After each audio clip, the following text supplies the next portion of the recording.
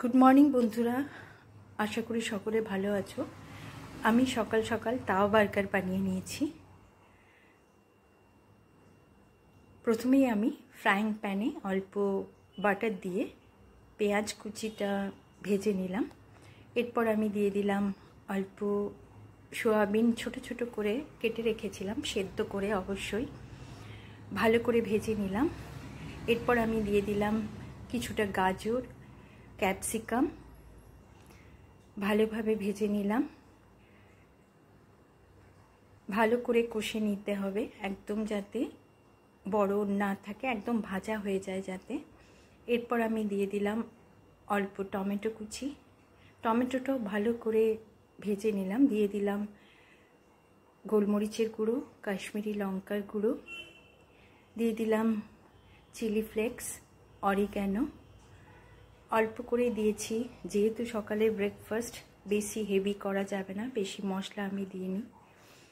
দিয়ে দিলাম অল্প ধনে গুঁড়ো, গরম মশলা অল্পই, সমস্ত অল্প করে দিয়ে ভালো করে আমি মশলাটা ভেজে নিলাম।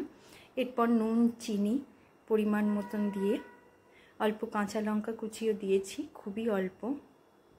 দিয়ে দিলাম ধনে পাতা, ভালোভাবে কষে নিলাম।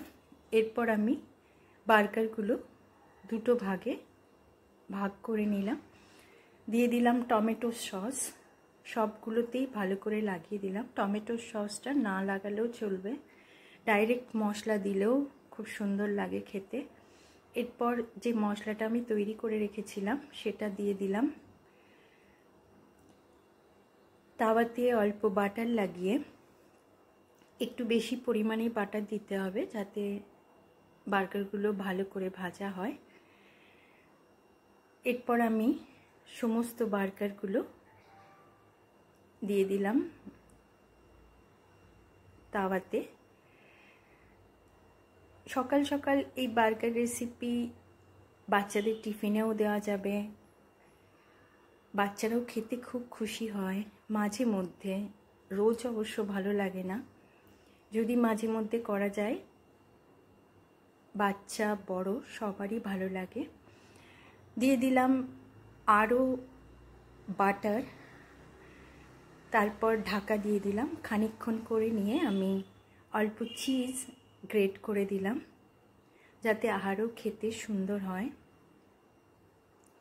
এরপর আমি একটার উপর আরেকটা দিয়ে দিলাম, দিয়ে খানিকক্ষণ ভেজে নিয়ে, খানিকক্ষণ উল্টে পাল্টে এগুলো ভেজে নিলাম। তারপর আমি এগুলো নামিয়ে দিলাম, সস মায়োনিজ দিয়ে পরিবেশন করে